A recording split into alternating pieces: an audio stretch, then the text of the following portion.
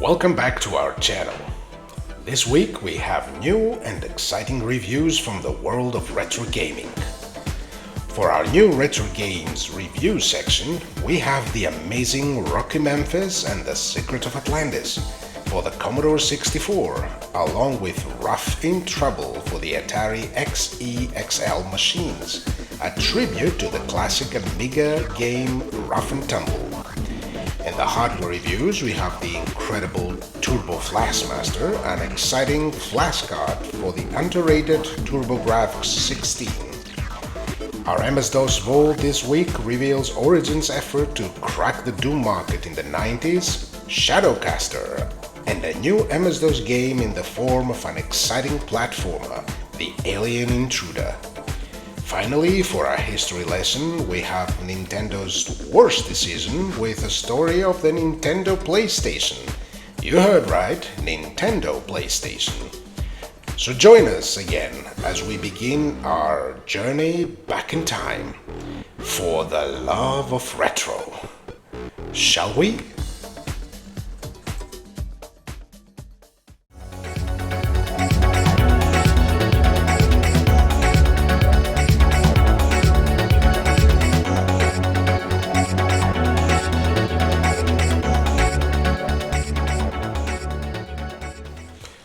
Welcome back to our new retro games reviews, and this week we have the amazing Rocky Memphis and the Secret of Atlantis for the Commodore 64 by Cytronic. Now the game is, as you can see, a combination of an Indiana Jones platform adventure game with a lot of resemblance to the classic Rick Dangerous. There are a lot of traps and enemies to face, but it leans towards the arcade adventure side of things. The graphics are very well, considering that this is a Commodore 64 game. We all know how blocky things become in a Commodore 64, but there's some real graphics art here. As you can see, the animation is great. Now our character, Rocky Memphis, has the ability to collect items. In order to achieve this, we have to press down and the fire button. That was a trap there, if you see it. So down in there I found a metal pipe that I'm gonna use to disarm this trap. There. Gonna get this one as well. It's a chisel. There are a lot of puzzles in this game, a lot of puzzles, and progress is mostly achieved by solving them. There, the trap is sprang there. It's activated. Let's use the chisel here. In order to use an object, you just point at the direction and push the action button.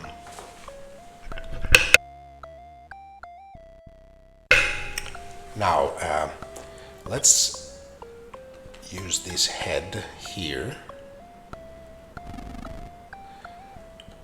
Usually when you hear that rumble, a door has opened up there. Now let's deactivate this trap with a metal pipe again. There. Now I can step all over it. No harm, no foul. Now this is one of the common baddies. The bats. Sometimes they move in a predetermined path, but sometimes not. Let's see a little bit further in the game now. Here we have many items. I have a whip now. The game is very well made. The music is very good. It's a long game.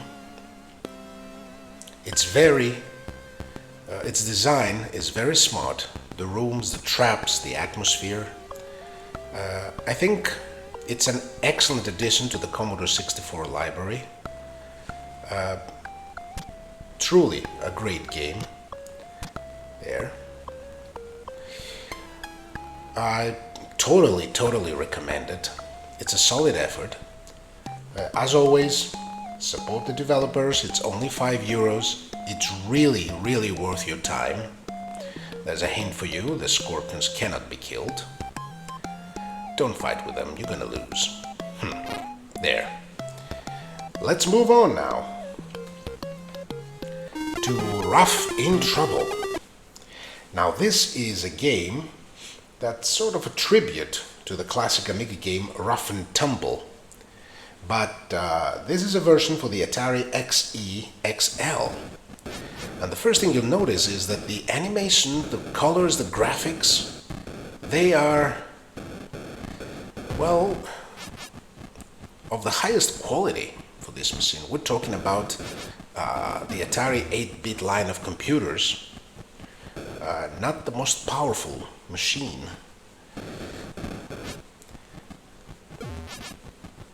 It's a very fun game.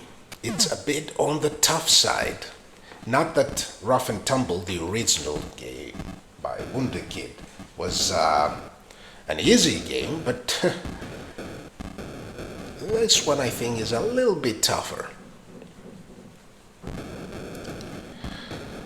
Oh, this guy's giving me hell. The controls are good, a little overly sensitive sometimes. Sometimes, like, well, now you end up jumping around like a fool, even though you didn't want to, but all in all, the controls are good, the music is very good, and the sound effects. The animation is excellent, the colors are bright,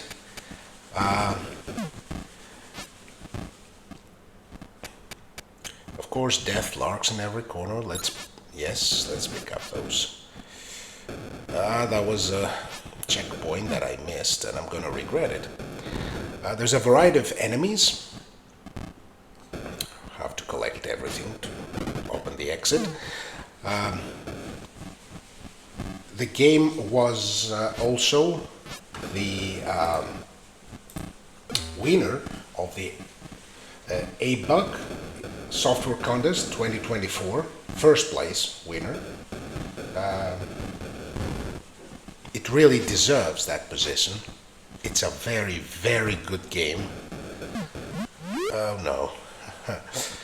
I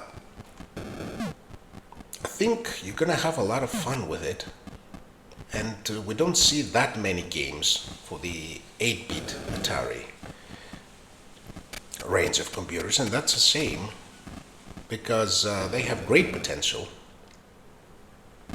The machine was a bit underrated in Europe, but enjoyed some success in the United States. It was a more powerful machine than its competitors initially, and I think one of the first machines with custom chipsets, one of the first computers. Well, Ruff in Trouble. It's a wonderful game. You do yourself a favor and get it. It's a free game. Of course, you can always offer your contribution to the creators. I definitely recommend it. I'd say it's a 9 out of 10 game, and we really need to support the Atari 8-bit scene. So go get it and have some fun. And see you on our next software review.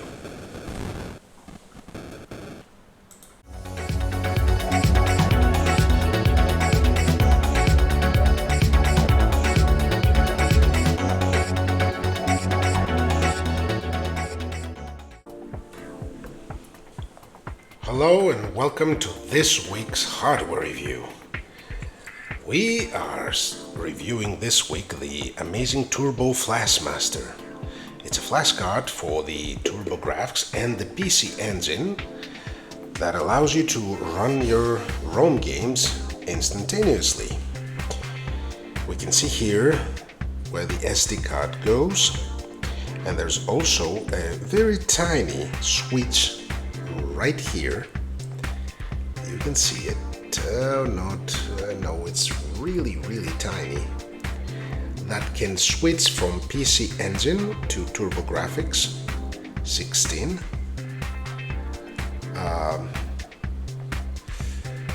The SD card. Its use is fairly simple.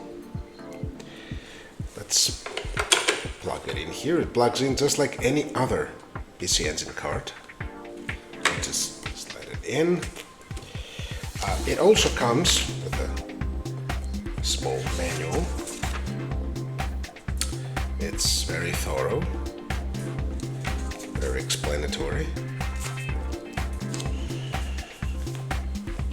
Let's switch it on and see it in action.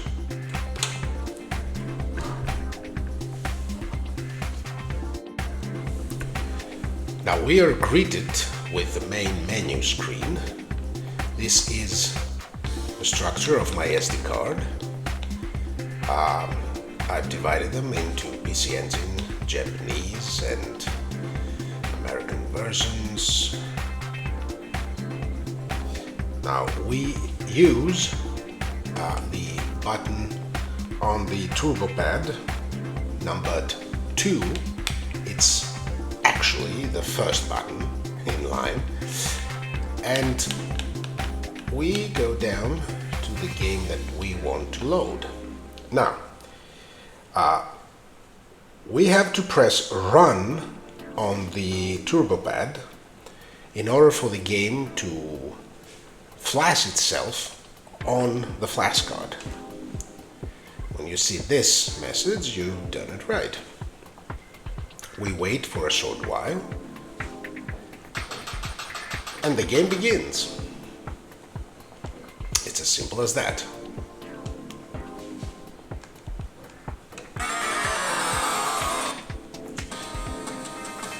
As you can see, yes, I'm an eagle. The game runs without any problems.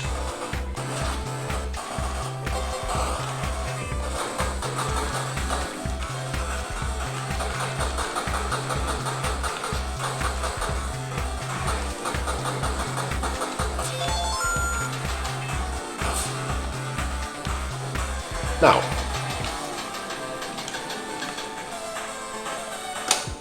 shutting it down. Let's see something important now. Now, if you want to run the latest game that you flashed without having to go through the whole process of getting into the list and choosing it again and flashing it again, all you have to do is press the select button on your turbo pad. And that's it. It loads instantaneously.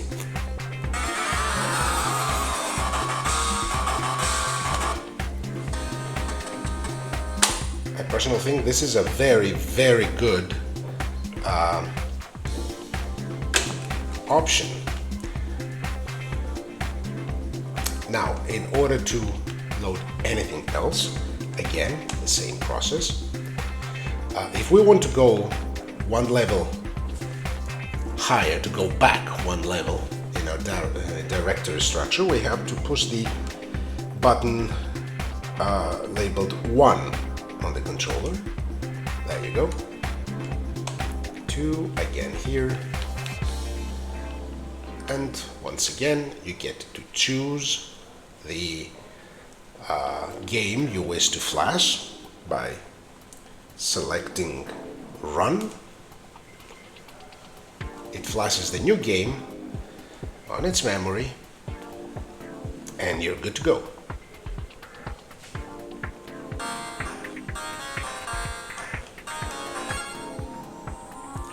It's really a very easy to use, very fast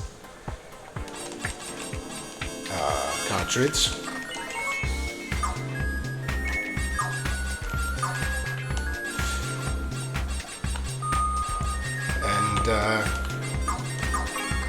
can't think of a more simple way to enjoy your PC Engine games.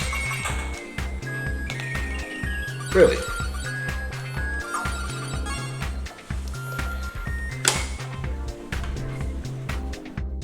Alright, now let's get things straight. This is a clone of the original Turbo EverDrive, but if you're on a tight budget, it's a solid construction.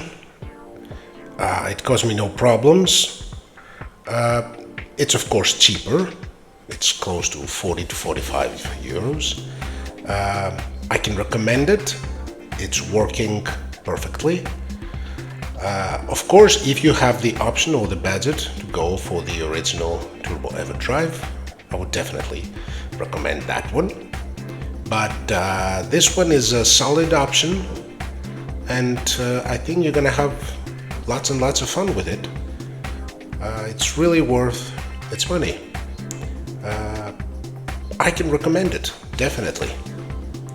Have fun, and see you next week on another hardware review. Bye.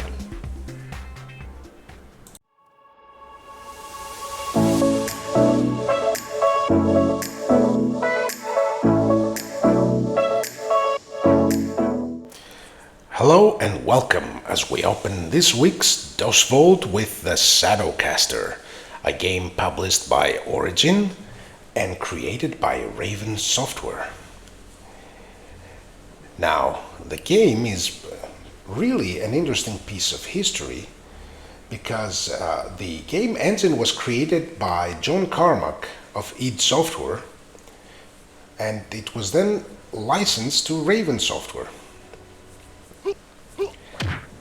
It was an engine in between the Wolfenstein 3D engine and the Doom engine, but adjusted and created to fit the needs of the Shadowcaster game. A game that is a combination between a first-person shooter, an RPG, an arcade adventure. Our character has the ability to change forms. He's a shapeshifter. There is a background story, of course, about an evil overlord. As you move between worlds, Grandfather's voice echoes in your mind. In all, our character has the ability to change 6 forms beyond his own. Now it is ruled by Zardoz, the four-armed death lord. Some of them are smaller. They heal in a more quick way. But remember, others Death Lord's are body more may be powerful, cold, but destroying his spirit is more or has difficult. better magic abilities. Accept the shape of the Maurin. The game engine is pretty fast. Here we get one of the forms, the Maurin.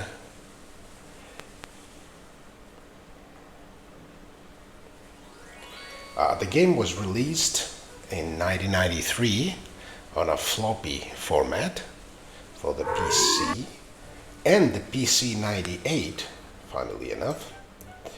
A series of computers by NEC or NEC, and it was re-released in a CD format in 1994.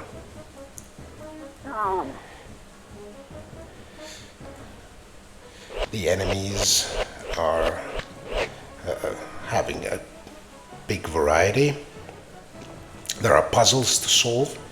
The user interface takes a little while to get used to, but not too much. It's very intuitive. The engine is fast. This is the map system. It's, again, it's unique to this game engine.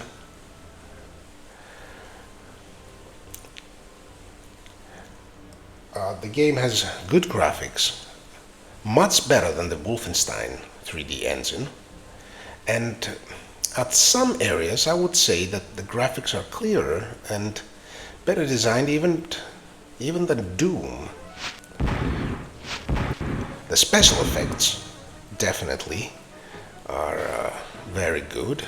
The music, of course, this is the CD version we're reviewing here. If you want a game with a little more depth from back in the day, I would definitely recommend Shadowcaster. It's quite unique, and with the usual high production values that Origin had at the time. Let's not forget it was one of the most high-profile companies those days, Lord British's company. The game is having a few difficulty balance issues sometimes. Just a few difficulty spikes, but that's until you get used to its gameplay style. It's definitely a game worth having, worth playing. I recommend it. It's going to keep you company.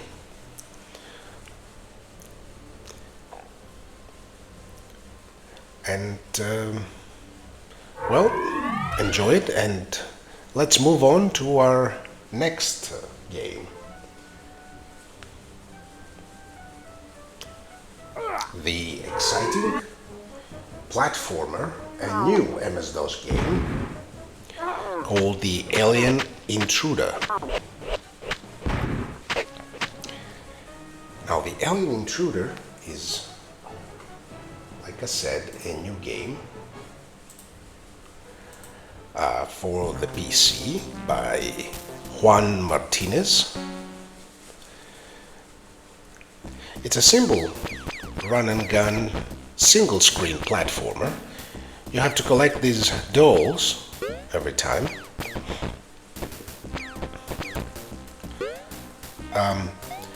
And find the exit afterwards. Now, the game is not too complicated. It reminds of better, simple days. You have a time bonus, an enemy bonus, and a no death bonus at the end of its screen. Initially, the game seems quite simple and quite easy, but I assure you this is just for the first screens. You'll see as we move on that the game becomes more challenging gradually. It has very good animation. The graphics are beautifully made. Of course, they are graphics of the style of the classic VGA era, but well, that's the whole point here.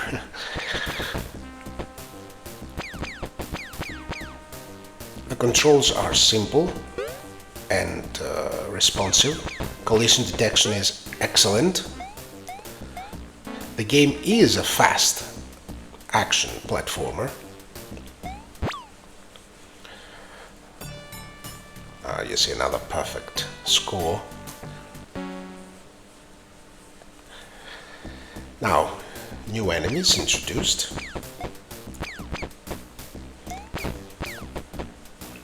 As you can see, the layout becomes different. Bonus items appear slowly. Now this guy is easier to kill, but he's much faster in jumping up and down on the platforms. It's a simple game, it's a fun game, it's a free game, but you can support the developer as always.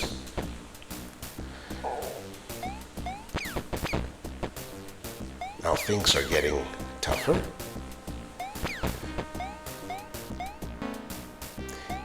It is what the MS-DOS VGA days were famous for. Simple, platform, fun. Go get it and you won't regret it. See you next time.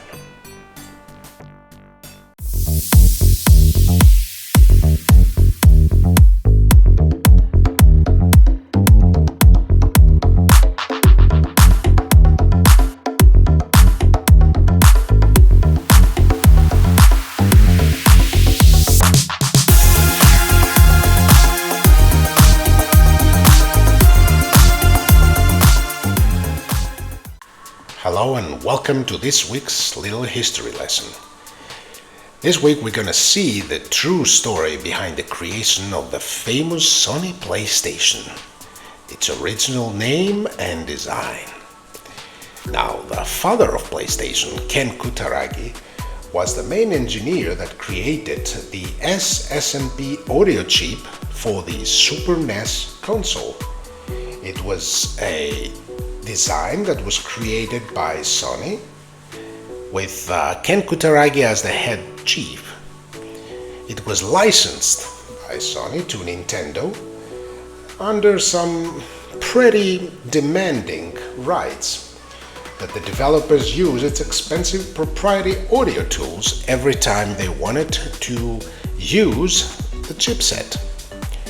Now, at the CES, or Consumer Electronics Show, of 1991, Nintendo and Sony were about to announce their collaboration for the creation of a CD-ROM add-on for the Super NES.